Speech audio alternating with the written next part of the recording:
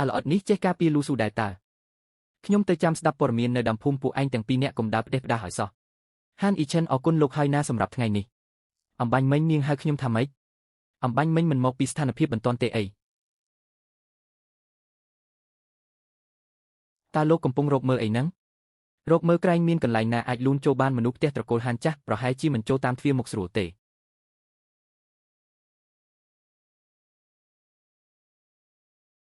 លោកចង់មានន័យថាអំបាញ់មិញមានមនុស្សលួចមើលពីខាងក្រៅមែនទេនៅទីនេះខ្ញុំទៅយកប្រដាប់ប្រដាំគេលើនេះអ៊ីឈិននៅហូបបាយនៅទីនេះសិនទៅហូបបបរឆ្ដៅមួយចានទៅមិនបាច់ទេអ៊ំមិនក៏មិនបាច់ស៊ូទៅជូនដំណើរបងឆឹងរបស់អញបន្តិចទៅគឺថាខ្ញុំមិនមែនឈ្មោះគឺថាទេហានអ៊ីឈិនហឹមបងឆឹងល្ងាចនេះលោកមកហូបបាយនៅទីនេះក៏បានដែរចំណែកទុនសាយតើអាចកុំអាកាប់វាបានទេខ្ញុំយល់ថាវាគួរឲ្យស្រឡាញ់ណាស់នាងមិនចេះធ្វើវាទេមិនមែនទេគ្រាន់តែចង់ចិញ្ចឹមវាក្នុងរយពេលពីថ្ងៃទៀតនៅផ្ទះខ្ញុំនៅមានសាច់ប្រប្រាក់កន្លះចំហៀងទៀតចាំខ្ញុំយកមកឲ្យនាងតាមពិតខ្ញុំចង់និយាយថាយប់នេះយើងអាចហូបសាច់ខ្ងៀនព្រៃបានតើអូហូថ្ងៃនេះខ្នះខ្នែងម្លេះយកចិត្តទុកដាក់លើក្មេងស្រីម្នាក់នោះដល់ហើយអ៊ីឈិនឯងសម្រេចចិត្តច្បាស់ហើយសំងំលាក់ខ្លួនបែបនេះមួយជីវិតមែនទេគំនុំឈាមម៉ែឯងរឿងអនាគតរបស់ឯងពូ8ខ្ញុំក្នុងស្ថានភាពឥឡូវនេះតើអាចធ្វើអ្វីបានទៅ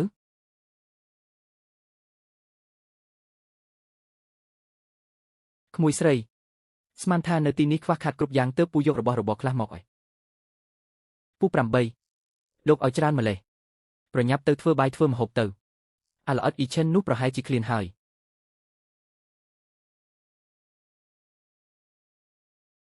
បន្លែបៃតងស្រោចទឹកលំ Space រូបមន្តពិសេសមានតែមួយគ្មានពីរ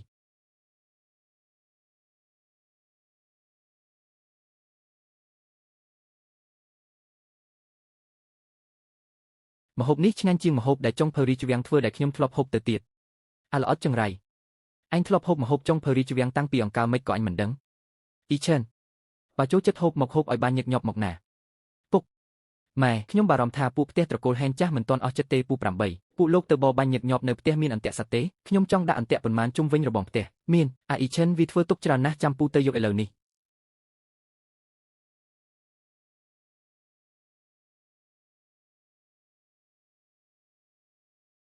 ជញ្ជាំងក្បែរច្រកទ្វារនេះទៀតបើពួកវាមកភាកច្រើនគឺផ្លោះចូលតាមកន្លែងនេះហើយ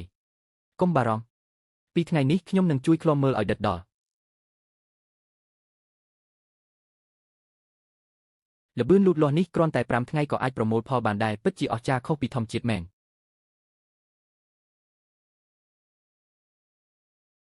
បងស្រីបងទីត្រូវមែនយប់មិញផ្ទះយើងកើតរឿងមែនកើតរឿងអីទៅមនុស្សត្រូវគេចាប់ខ្លួនបញ្ជូនទៅផ្ទះលោកមេភូមិលីចឹងហើយពុកនឹងម៉ែថាមេភូមិចាប់បានដោយសារបងឆឹងជាអ្នកចាប់ឲ្យហានអ៊ីឈិនគឺគាត់ទៀតហើយ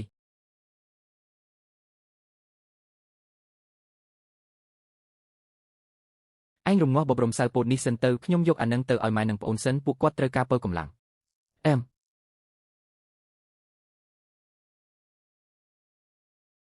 កូនអើយរបស់នេះមានតម្លៃណាស់យើងត្រូវសន្សំសំចៃហូបទើបបានម៉ែមានសុខភាពខ្សោយត្រូវតែពើកម្លាំងទើបបានប្អូនក៏ត្រូវការជីវជាតិដែរអូនអើយសុខភាពអូនមិនអាចទ្រុឌទ្រោមបានទេកូនអើយ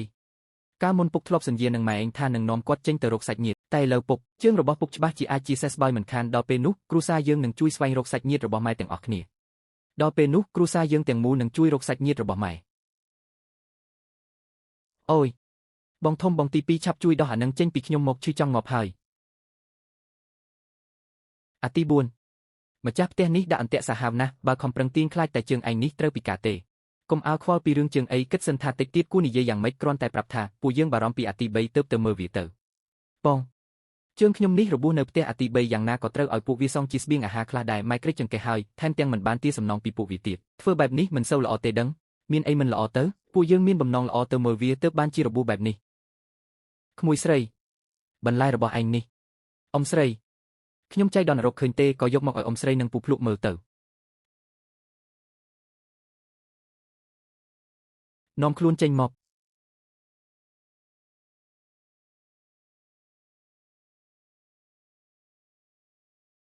អូយព្រះអើយពួកឯងធ្វើអីប្តីរបស់ខ្ញុំហ្នឹងគឺពួកឯងមែនទេគឺពួកឯងដែលជាមនុស្សចិត្តខ្មៅធ្វើបាបប្តីខ្ញុំមែនទេ ខ្ញុំប្រយុទ្ធជាមួយពួកឯងឥឡូវហើយលោកមេភូមិខ្ញុំឈឺជើងណាស់តើអាចឲ្យគេជួយដោះអន្ទាក់នេះចេញពីខ្ញុំសិនបានទេអន្ទាក់ប្រភេទនេះខ្ញុំមិនចេះដោះទេឯងច្បាស់ជាចេះដោះជួយខ្ញុំផងការដែលខ្ញុំមានរឿងពីមុនគេមិនមែនមានទឹកមុខបែបនេះទេនេះជាកម្មពៀមែនទេរឿងរបួសជើងទុកមួយឡែកសិនយប់ប្រលប់កណ្ដាលអាធ្រាត្រមិនដេកមិនពួនតើពួកឯងរត់ទៅផ្ទះគេធ្វើអីលោកមេភូមិពួកយើងគ្រាន់តែបារម្ភពីអាទី3ទោះបីជាបែកផ្ទះគ្នាក៏ដោយតែវានៅតែជាប្អូនប្រុសបង្កើតរបស់ខ្ញុំមែនហើយពួកយើងខ្លាចផ្ទះនោះមានខ្មោចលងទើបទៅមើលវាហេខ្មោចលងចុះរបស់របរអស់ទាំងនេះយកមកធ្វើអីខ្ញុំនេះមិនមែនជារបស់ពួកយើងទេគឺរើសបានតាមផ្លូវទេឯងមើលចុះប្អូនទី4របស់ឯងក៏រងរបួសដោយសារតែចង់ការពារឯងដែរពីមុនឯងធ្លាប់ប្រើអន្ទាក់សត្វប្រហែលជាអាចដោះវាចេញបានហើយតើពិតទេមែនហើយអាទី3ឯងត្រូវតែជួយអាទី4ណាបងទី3ជួយខ្ញុំផងទៅបងភ្លេចហើយឬថាបងស្រឡាញ់ខ្ញុំជាងគេ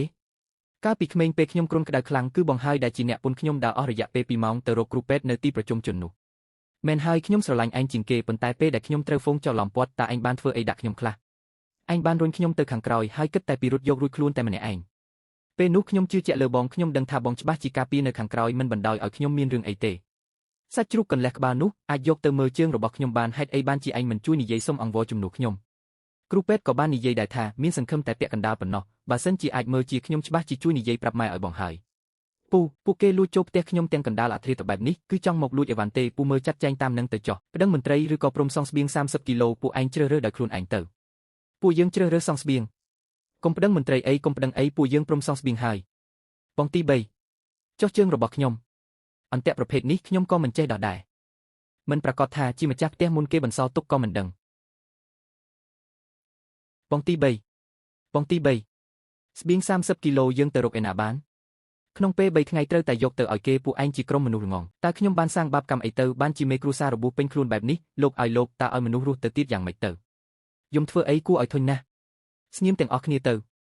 គិតមើលសិនទៅថារឿងស្បៀងគួរបែបណាពុកនៅផ្ទះកុំថាឡើយ30គីឡូសំបីតែ3គីឡូក៏គ្មានផងឬមួយក៏ចង់ឲ្យកូនធំផ្ទះខ្ញុំទៅជាប់គុកឥឡូវគ្មានវិធីផ្សេងទេមានតែទៅរកអ្នកកាប់ជ្រូកលីម្ដងទៀតមីអូនហានលក់ស៊ីនោះបើពិតជាមិនកាត់ទេមានតែខ្ញុំជីតាចេញមុខផ្ទាល់តែម្ដងស្បៀង80គីឡូគ្រប់ឲ្យពួកយើងឆ្លងកាត់រដូវរងាហើយមែនហើយបញ្ជូនក្មេងស្រីនោះទៅផ្ទះអាទី3កាន់តែងាយស្រួលជិះជាន់ហើយ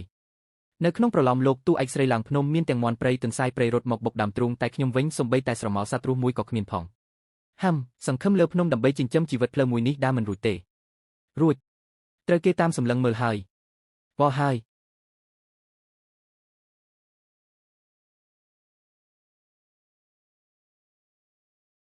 វល់ធំហើយអ្នកណាទៅស្មានថាភ្នំចាស់នេះពិតជាមានខ្លាធំមែននោះស្ងប់អារម្មណ៍កុំរត់ក្នុងសៀវភៅនិយាយថាជួបសត្វសាហាវមិនត្រូវរត់ទេតែវាមើលទៅឃ្លានខ្លាំងណាស់មានឧបាយកលហើយ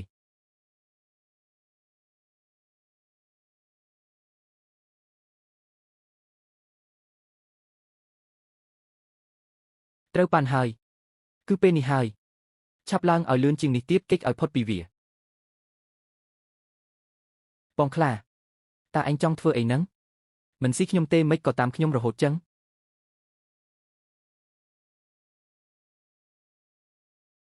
ឆាប់ទៅគឺគាត់ហានអ៊ីឆិនខ្ញ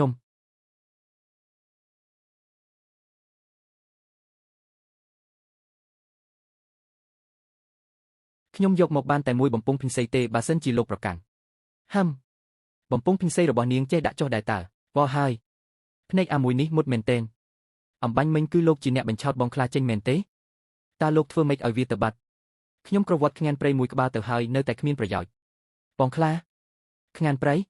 និយាយច្រឡំគឺទន្សាយធំវាមានកូនតូចពីរមិនទាន់គ្រប់ខែទេខ្ញុំក្រវាត់គ្រាប់គ្រូមួយទៅខាងកូនវាពេលកូនវាស្រែកមានតាខ្លាក៏ត្រឡប់ទៅវិញកូនខ្លាតូចពួកវាច្បាស់ជាគួរឲ្យស្រឡាញ់ណាស់ហើយកំប៉ុងលើកូនខ្លាតូចឲ្យសោះមានតាខ្លានឹងតាមស៊ីសាច់ហត់ឈាមនាងមិនលែងឡើយដឹងហើយថ្ងៃក្រោយកំឡើងភ្នំម្នាក់ឯងទៀតដឹងហើយចុះថ្ងៃក្រោយខ្ញុំឡើងភ្នំទៅជាមួយលោកអាចបានទេ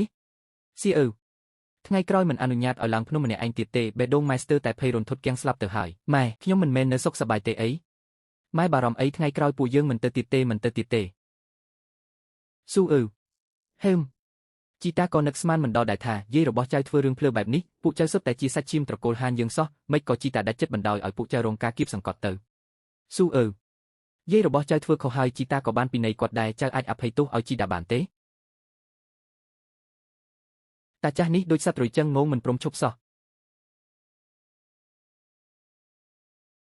ចូលអន្ទាក់ហើយ